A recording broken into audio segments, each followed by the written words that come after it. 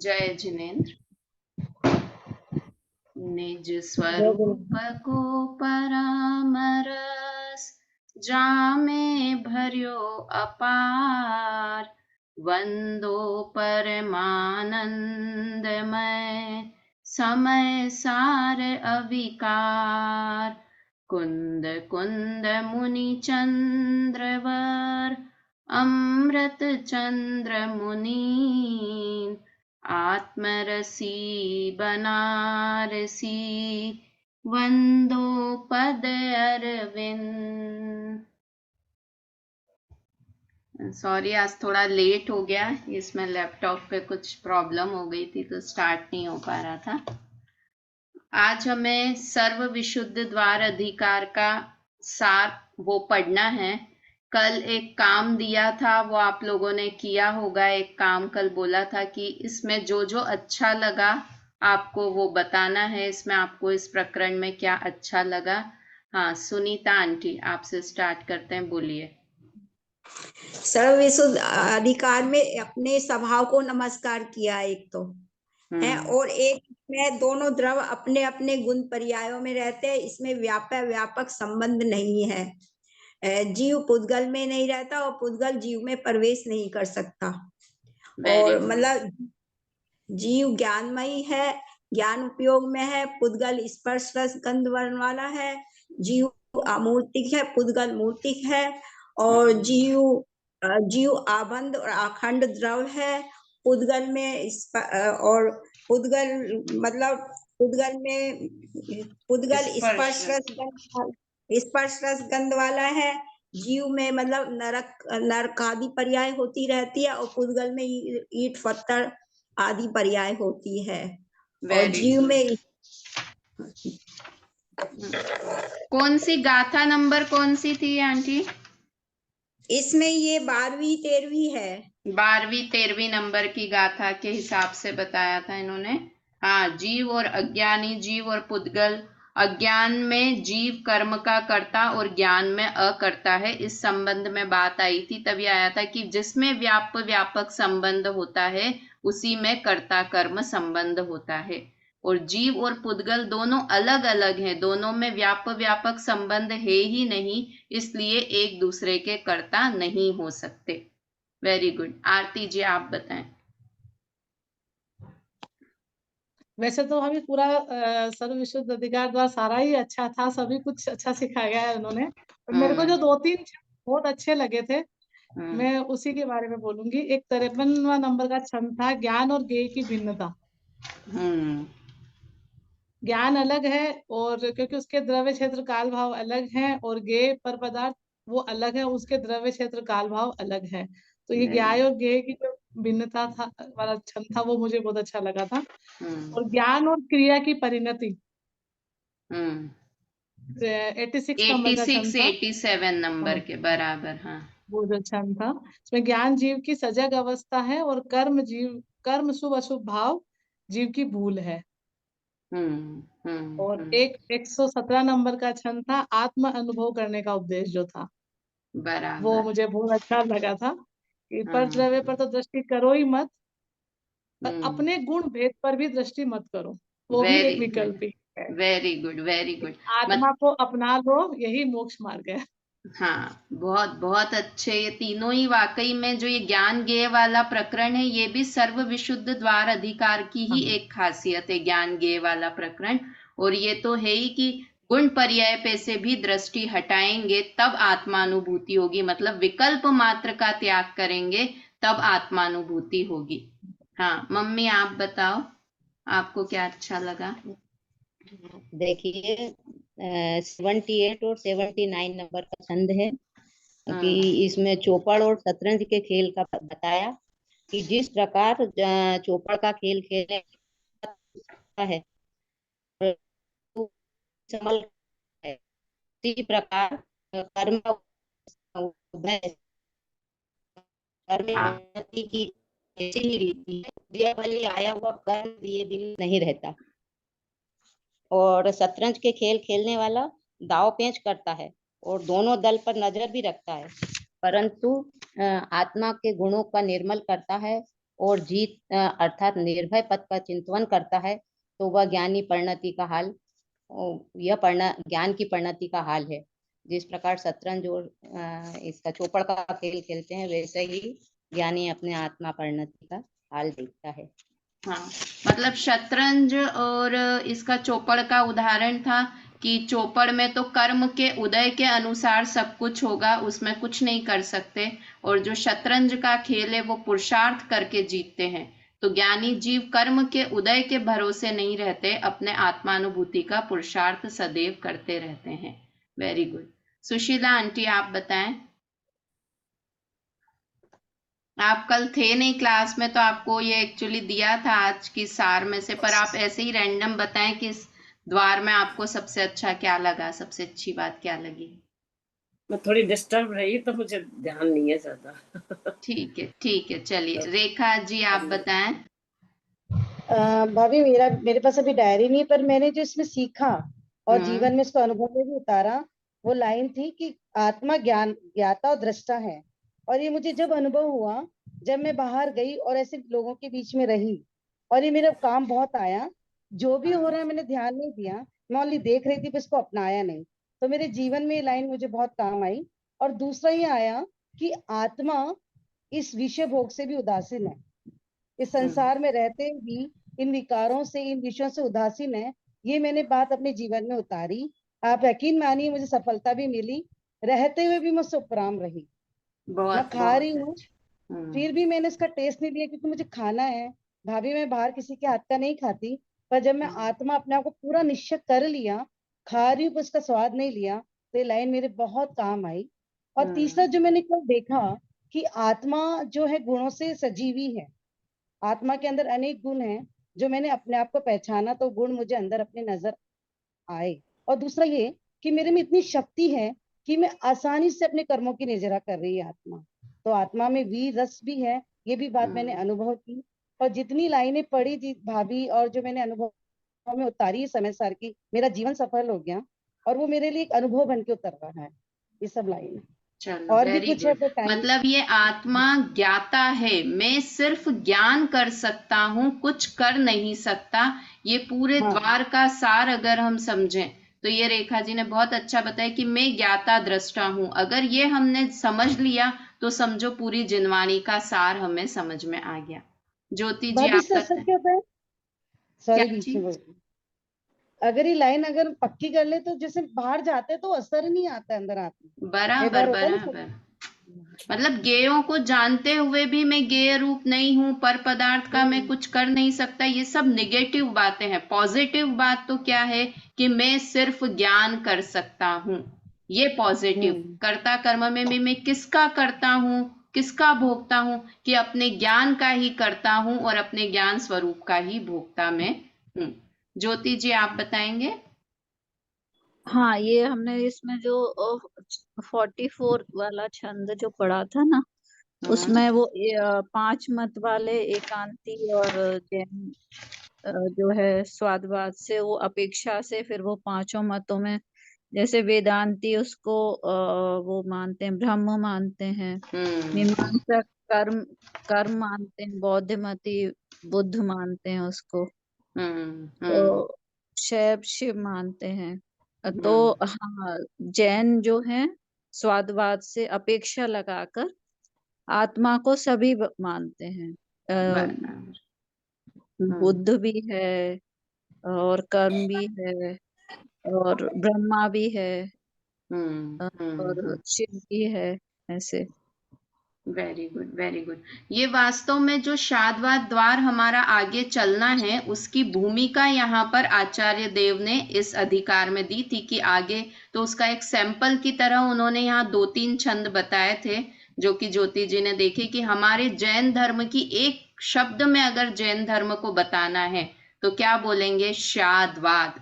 कि आत्मा कर्ता भी है, अकर्ता भी है, एक भी है, अनेक भी है, नित्य भी है, अनित्य भी है ना। जैसे बौद्ध वाले सिर्फ अनित्य ही मानते हैं, तो जैन धर्म कहता है सिर्फ अनित्य नहीं है, आत्मा नित्य भी है।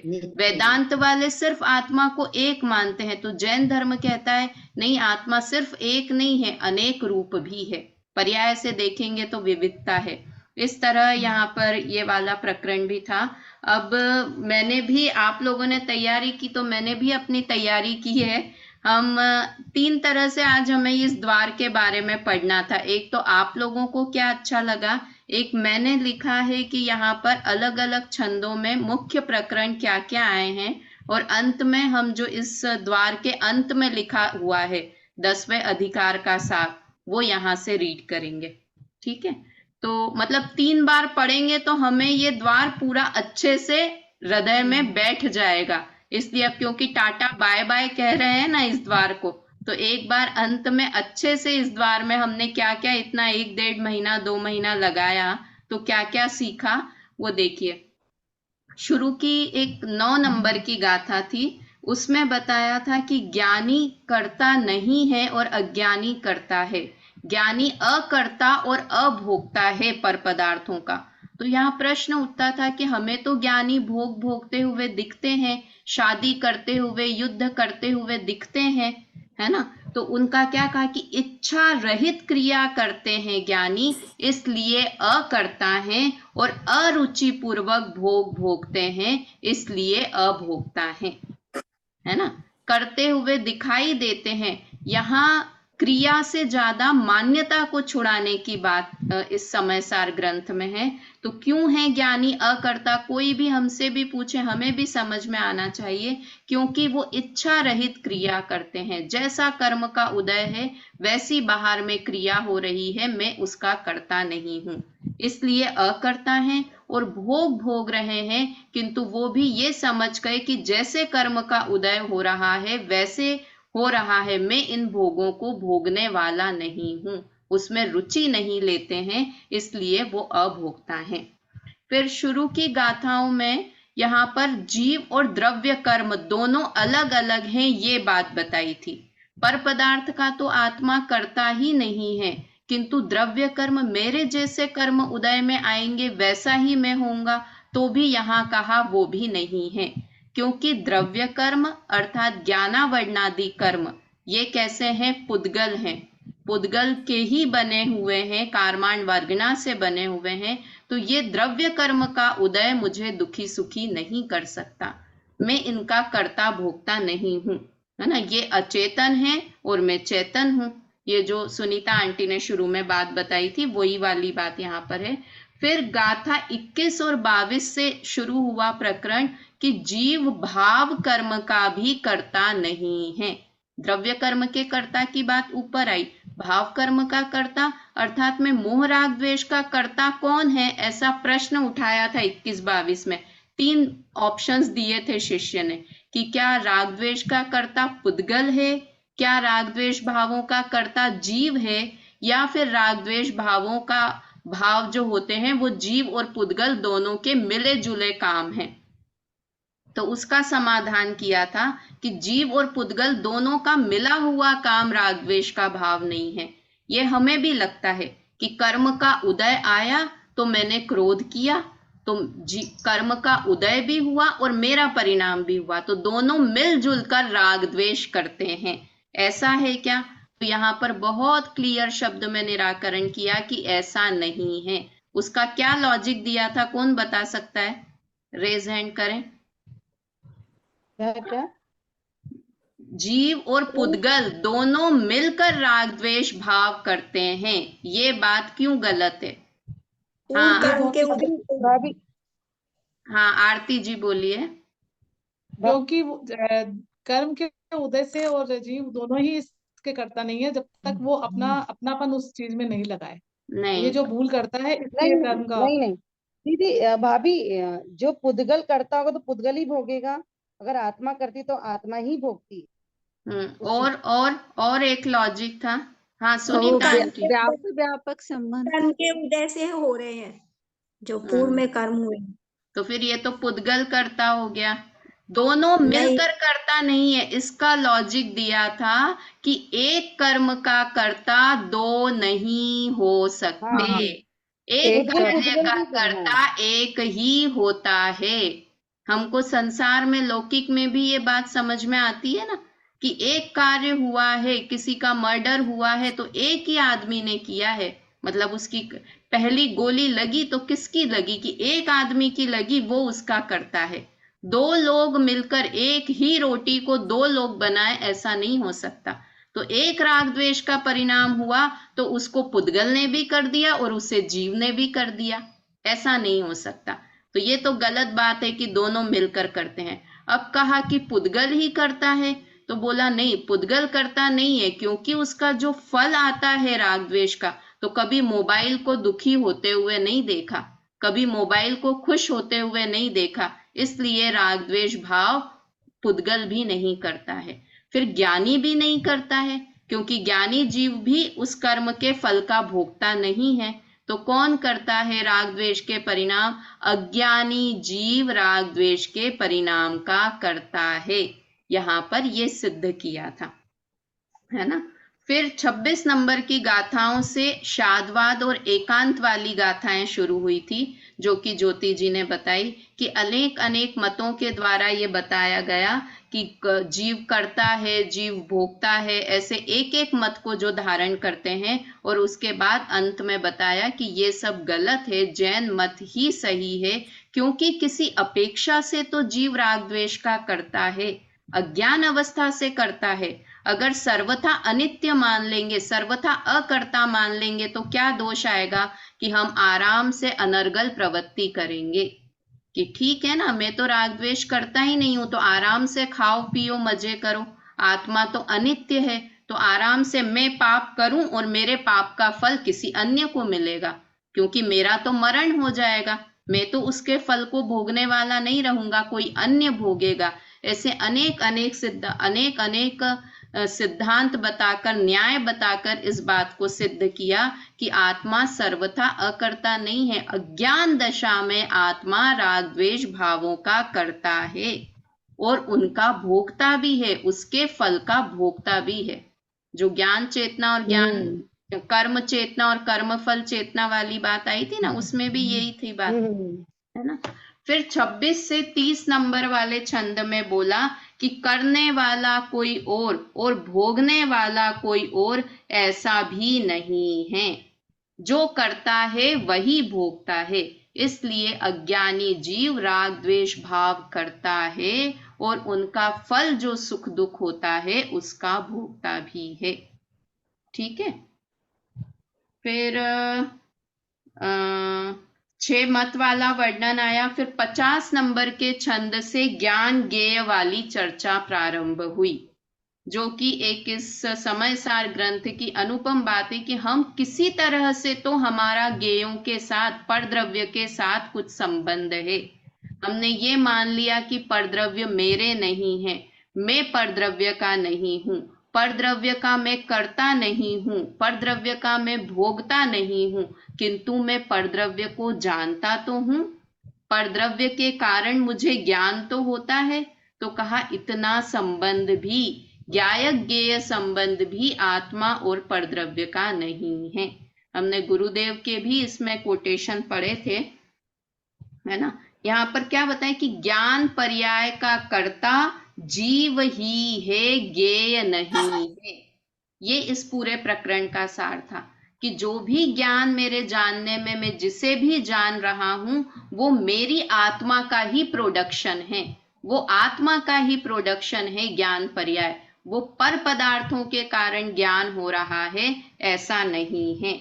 अगर ज्ञान पर के कारण ज्ञान हो तो जैसे अशुद्ध परद्रव्य है वैसी ही आत्मा भी अशुद्ध हो जाए, किंतु परद्रव्यों को जानने के कारण आत्मा अशुद्ध नहीं होता है ना। देखो थोड़ा सा आज पूरे प्रकरण का सार पढ़ रहे हैं, तो थोड़ा सा उपयोग को सूक्ष्म करके ध्यान से सुनना पड़ेगा और अपने को उस चीज का विचार भी करना, हमने क्या क्या पढ़ा था वो ध्यान में तुरंत आना चाहिए। इसमें वो मोर का उदाहरण दिया था, चांदनी का उदाहरण दिया था कि चांदनी पड़ती है किंतु चांदनी अलग है और धरती अलग है, दोनों अलग अलग हैं। वैसे ही आत्मा ज्ञेयों को जानता है। दर्पण का उदाहरण दिया था कि आत्मा ज्ञेय को जानता है किंतु ज्ञेय रूप नहीं हो जाता, वो ज्ञान की इसमें आपने ना आपने इसमें एक लाइन भी बोली थी कि पर को जानने के लिए पर के अस्तित्व की आवश्यकता नहीं है।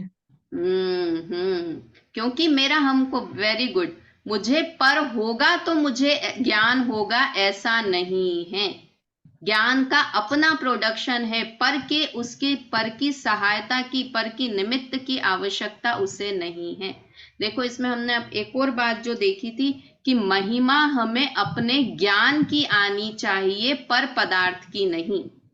जैसे सुशीला आंटी, दर्पण में बहुत सुंदर मोर दिखा तो हमें क्या दिखता है? अरे कितना सुंदर मोर है। हमें क्या दिखना चाहिए? कितना सुंदर ज्ञान है। क्योंकि दर्पण मेरा है ना, तो मुझे महिमा दर्पण की आनी चाहिए कि देखो मेरा दर्पण कितना अच्छा है, कि इसमें पूरी तरह से मोर दिख रहा है, उसके एक एक पंख दिख रहे हैं, उसकी गर्दन का कलर दिख रहा है, उसकी आई लैशेस दिख रही है, पूरी तरह से मोर दिख रहा है। तो महिमा मोर सुंदर है नहीं, दर्पण सुंदर है, क्योंकि दर्पण मेरा है, मोर मेरा नहीं है। हाँ भाभी, इसमें लाइन आई थी कि आत्मा हंस के समान है, क्योंकि हंस इसलिए बोला गया ना कि आत्मा शुद्ध है और वो मोती चुगने का ही काम करती है, कंकड़ नहीं चुग सकती ज्ञानी आत्मा। ये आया था दीदी इसमें। हाँ, इसमें एक हंस वाली बात भी आई थी, बराबर। तो जो मेरा है मुझे उसकी महिमा आनी चाहिए। तो इसमें एक थी कि ज्ञेयों से ज्ञान नहीं, ज्ञेयों का ज्ञान नहीं। ज्ञान ज्ञान से ही होता है, ज्ञेय से नहीं होता है ना।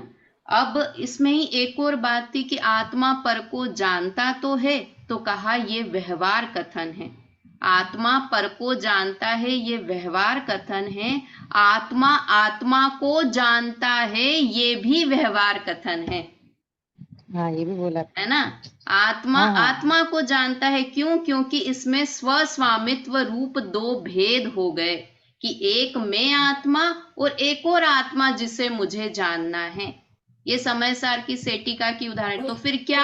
आत्मा तो आत्मा ही है, ज्ञायक तो ज्ञायक ही है। मैं आत्मा और मुझे आत्मा को जानना है, तो यहाँ षट कारक रूप भेद भी आत्मा में नहीं है। आत्मा ने आत्मा को, आत्मा से, आत्मा के लिए आत्मा को जाना, तो इसमें तो इतनी सारी आत्माएं खड़ी हो गई। ये 6 कारक हुए मैंने जो बोले अभी। आत्मा ने आत्मा को, कर्ता कर्म क्रिया करण संप्रदाय, है ना। तो ये आत्मा मतलब ये भी 6 कारक रूप भेद है। तो क्या करना कि ज्ञायक तो ज्ञायक है, आत्मा तो आत्मा है, ऐसा अनुभव करना। कैसे होगा ऐसा अनुभव? कैसे होता होगा? ये क्या बात हुई? आत्मा तो आत्मा है, इसका क्या अनुभव करें? कि कहने में, शब्दों में नहीं आएगा, करके देखो तो आएगा। पिता बनकर देखो तो पिता कैसे होते हैं ये होगा। माता बनकर देखो तो समझ में आएगा कि माता कैसी होती है। किताबें पढ़कर माँ नहीं बना जा सकता, तो शास्त्र पढ़कर ज्ञानी नहीं बना जा सकता, ज्ञानी बनकर ही ज्ञानी बना जा सकता है ना। कितनी किताबें पढ़ते थे ना पहले, जब मैं भी प्रेग्नेंट हुई तो बहुत सारी किताबें, अरे ये किताब पढ़ा करो, ये किताब पढ़ा करो, बहुत अच्छा है। कुछ काम नहीं आया। बच्चे को खांसी हो तब ये कर लेना, जुकाम हो 3 महीने में ऐसा करेगा, 6 महीने, अभी भी पढ़ लो किताबें, किंतु कोई बच्चों का दिमाग नहीं पढ़ सकते। जब माँ बनेंगे तो ही मातृत्व आएगा, वैसे ही ज्ञानी बनेंगे तो ही ज्ञान क्या होता है, क्या आत्मा है, ये बात समझ में आएगी। फिर इसके बाद 61 नंबर के छंद से कि राग द्वेष का कारण मिथ्यात्व है ना। राग द्वेष क्यों होते हैं? राग द्वेष का कारण क्या है? कि मेरा मिथ्यात्व भाव है, मतलब जो मैं मिथ्यात्व करता हूं। मैंने गुस्सा किया तो पर के कारण मुझे गुस्सा आया, ऐसा नहीं है। मेरा बच्चा पढ़ नहीं रहा था इसलिए मुझे गुस्सा आया, ऐसा नहीं है। फिर हमने बोला कर्म का उदय, चारित्र मोहनी कर्म का उदय है इसलिए मुझे गुस्सा आया, तो कहा ऐसा भी नहीं है ना। कर्म का उदय तो हमेशा रहेगा, 8 कर्मों का उदय हमेशा रहेगा, तो क्या हम हमेशा गुस्सा करते रहेंगे? तो क्या कहा? जो मेरा मिथ्यात्व भाव, ये सुनना बहुत अच्छी बात है ज्योति जी, है कि जो मेरा मिथ्यात्व भाव कि मेरा गुस्सा करने से मेरे बच्चे ठीक हो जाएंगे, मेरे गुस्से करने से ये सामने वाला दुखी हो जाएगा, मैं इसे मारूंगा तो ये दुखी हो जाएगा, ये मेरा मिथ्यात्व भाव है, यही मेरे क्रोध का कारण है। कितनी अच्छी बात है कि क्रोध हम क्यों करते हैं, कि हम ये सोचते हैं मैं गुस्सा करूंगा तो सामने वाला ठीक हो जाएगा, इसने मुझे दुखी किया तो मैं भी गुस्सा करके इसे दुखी कर दूंगा। किंतु ये मेरा अज्ञान भाव है, ये मेरी मिथ्या भाव है। क्यों? क्योंकि सामने वाले का दुखी सुखी होना उसके अनुसार होगा, मेरे गुस्सा करने से वो दुखी नहीं हो सकता। तो राग द्वेष का मूल कारण क्या हुआ? परद्रव्य हुए, कर्म का उदय हुआ कि नहीं, मेरा जो ये सोचना कि मैं पर को दुखी कर सकता हूं, ये मेरी उल्टी मान्यता, ये मेरे क्रोध का कारण है, ये मेरे राग का कारण है। मैं जो ये सोचता हूँ ना, वाकई मेरे को ऐसा लगता है मैं अभी 4 बार मेरे ग्रंथ को बोलूंगी पढ़ पढ़ पढ़ तो वो पढ़ लेगा, ये मेरा मिथ्यात्व भाव, ये मेरे गुस्से का कारण है। वो जब उसकी इच्छा होगी उसका होगा, वैसा ही करेगा, किंतु मैं मानूं कि मेरे करने से होगा तो ये ही मेरे राग द्वेष का कारण है। मम्मी, हम कितना राग द्वेष करते हैं, क्यों करते हैं? मेरे करने से, मेरे करने से। ये जो मिथ्या भाव है, एकत्व बुद्धि, ममत्व बुद्धि, कर्तृत्व और भोक्तृत्व बुद्धि, ये ही मेरे राग द्वेष का कारण है। पर पदार्थ या कर्म का उदय ये मेरे राग द्वेष का कारण नहीं है। फिर 70 नंबर की गाथा से ज्ञान का महत्व बताया, उसमें कुब्जा और राधिका वो 2 बातें बताई, बहुत सारी गालियां दी थी कुमति को, और ज्ञान के लिए, राधिका के लिए बहुत अच्छी अच्छी बातें कही थी। फिर उसी संदर्भ में शतरंज और चौपड़ के खेल के बारे में भी बात आई थी, जो कि मम्मी ने बताई 78 नंबर की। फिर 84 नंबर के छंद से बात आई थी कि ज्ञान और चारित्र ये दोनों मिलकर मोक्ष मार्ग में प्रवेश करते हैं। ज्ञान भी होगा और चारित्र भी होगा तो दोनों मिलकर मोक्ष मार्ग करेंगे। जहां ज्ञान क्रिया मिले, यहाँ छंद था 84 नंबर का, जहां ज्ञान क्रिया मिले तहां मोक्ष मग होई, वह जाने पद को मरम, वह पद में थिर होई। जब हमें ज्ञान होगा तो ही चारित्र होगा, जब हम जानेंगे ही नहीं किसी पदार्थ को तो उसमें स्थिर कैसे होंगे? चारित्र मतलब उसमें स्थिर होना। तो जब हम किसी पदार्थ को जानेंगे तो ही उसमें स्थिर होंगे, और स्थिर कब होंगे? जब हम उस पदार्थ के बारे में सही जानेंगे। तो ज्ञान और चारित्र दोनों एक साथ होते हैं, अलग अलग नहीं होते हैं, ऐसा बताया। फिर 94 नंबर की छंद में बताया, करने की बुद्धि ही दुख का कारण है। ये मेरे बोर्ड पे अभी भी मैंने लिख रखा है अपने बेडरूम में, करने की बुद्धि, मैं करूं, मैं करूं, मैं ये थोड़ा सा कर लूं, मैं इसकी तैयारी कर दूं, ये कर दूं, ये कर दूं, जो ये विकल्प हैं, करने की मनाही नहीं है, किंतु मेरे करने से होगा इस बुद्धि का निषेध है। मेरे करने से होगी ये बुद्धि दुख का कारण है। कर्ता बुद्धि लगा लेते ना वहां। हाँ, कर्ता बुद्धि। ज्ञान और वैराग्य की महिमा वाली गाथाएं यहाँ से थी 94 नंबर से। फिर 119 नंबर की जो गाथा थी, इसके आगे की 4-5 गाथाएं थी, उसमें बताया कि द्रव्य लिंग भी मोक्ष का कारण नहीं है। मतलब यहाँ उत्कृष्ट शुभ भाव की बात बता दी कि उत्कृष्ट कोटि का शुभ भाव है, वो भी मोक्ष का कारण नहीं है। क्यों नहीं है? क्योंकि जो बंध का कारण है वो मोक्ष का कारण कैसे हो सकता है? शुभ भाव है वो बंधन का कारण है। हम क्या सोचते हैं, थोड़ा और थोड़ा और थोड़ा अच्छा शुभ भाव और कर लेंगे, अब तो हो ही जाएगा सम्यक दर्शन। 4 घंटे नहीं 6 घंटे पढ़ेंगे और अच्छे, और थोड़ा ध्यान से प्रवचन सुन लेंगे तो सम्यक दर्शन हो जाएगा। तो क्या कहा? नहीं, क्योंकि वो शुभ भाव है। शुभ भाव और धर्म दोनों अलग अलग चीजें हैं। तो ये द्रव्य लिंग है जो उत्कृष्ट शुभ भाव है, वो भी मोक्ष का कारण नहीं है।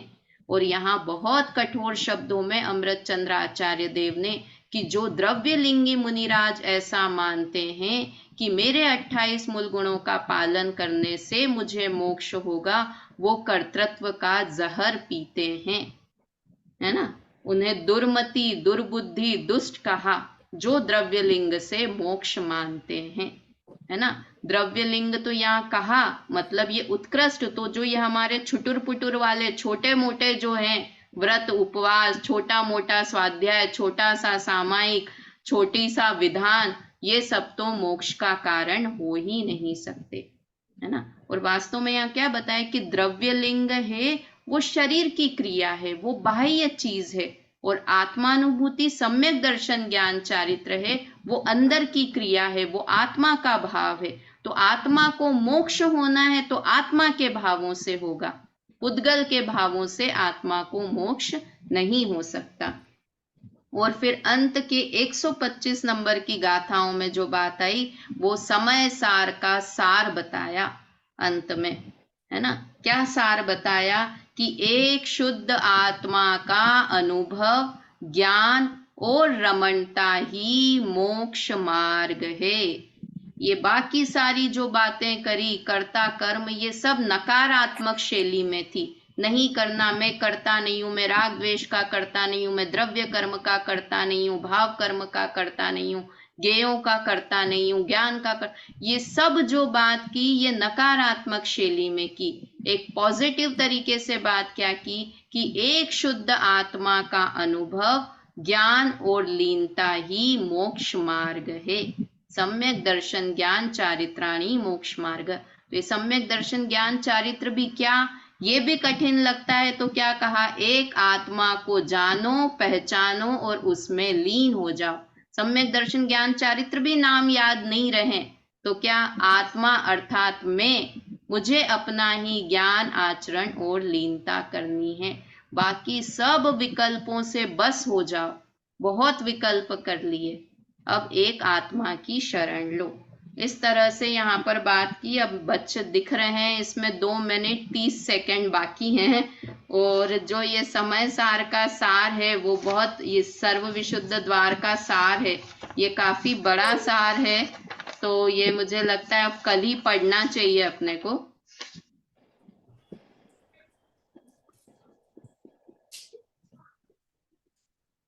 दिखाई दे रही हूँ क्या मैं? हाँ हाँ अच्छा, दिखाई दे। हाँ हाँ हाँ। तो ये 10वें अधिकार का सार अपन कल पढ़ेंगे, और कल ही शादवाद द्वार की भी शुरुआत करेंगे, है ना। अभी क्लास का समय थोड़ा लेट भी शुरू, क्योंकि अब चालू करने से फायदा नहीं है। फिर भी आप लोग एक बार इसका सार पढ़ना और जो जो पढ़ा उस पे चिंतन करना। देखो पूरा समय सार ग्रंथ भी वैसे तो चारों ही अनुयोग से आत्मानुभूति हो सकती है।